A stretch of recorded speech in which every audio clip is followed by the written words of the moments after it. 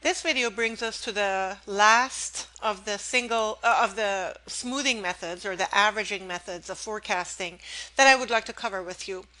This method is called simple exponential smoothing, also called single exponential smoothing.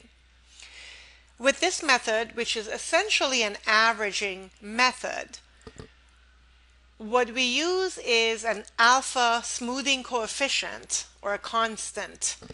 And that alpha value will have to take on any value between 0 to 1, inclusive of the range, meaning the alpha could also be either 0 or it could be 1. That value of alpha must be found with trial and error. There is no exact formula that you can use to come up with that. And in fact, error analysis can be useful in finding the best alpha for a time series. So another thing that to keep in mind with simple exponential smoothing is that for us to start doing the work and the analysis, we need to have an initial forecast value that will be used in future calculations. So in this example, I'm using a naive forecast, which means take the first period actual value and use it as the forecast for the first period.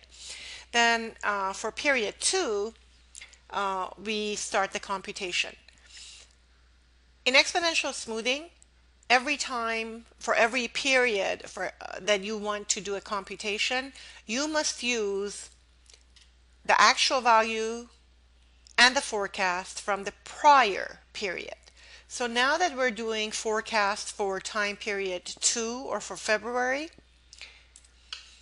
we take the actual from the past period, which is 120, and we multiply it by 0.3, which in this case I have said that's my alpha value for this calculation. Then we add to it the product of the forecast from the past period times 1 minus alpha, which is in this case 0.7. 1 minus 0.3 is 0.7.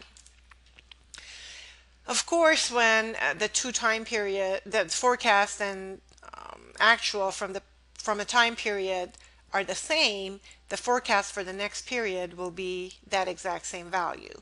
But now I can do that same calculation and do a single exponential smoothing alpha equal to 0.3 forecast using the 90, multiplying it by 0.7, by 0.3, plus I can take the forecast from the previous time period and multiply it by 0.7.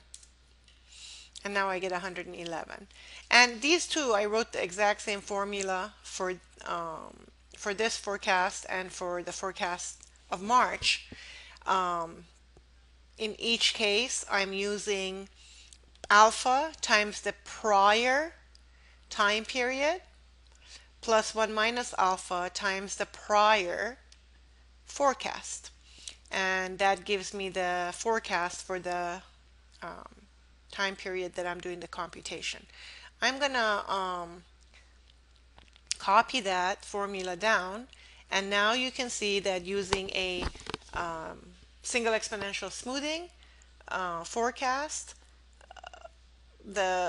our estimate for November is going to be about 97.6. You can do error analysis the same way. I'll just go ahead and do it over here. Equals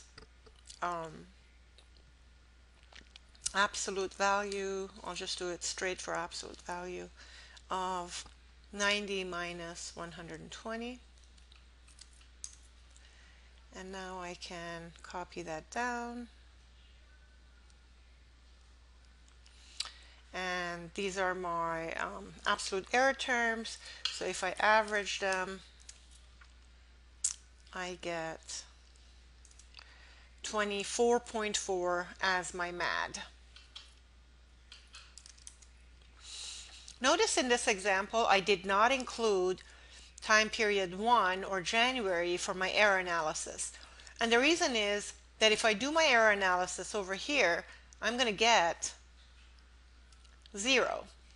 because I set the forecast equal to the actual. So that, including that in the analysis, biases or underestimates in a way the forecast for that period, or the error caused by this forecasting method. So some books and some authors include that and some do not when it comes to single exponential smoothing and error analysis.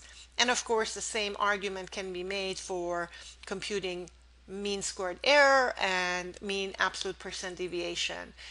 In any of those, one could argue for or against including that first period in the calculation.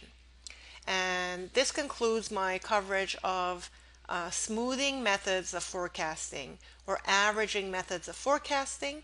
These are all the methods that will forecast only one period into the future and within the time series values that we have. And um, um,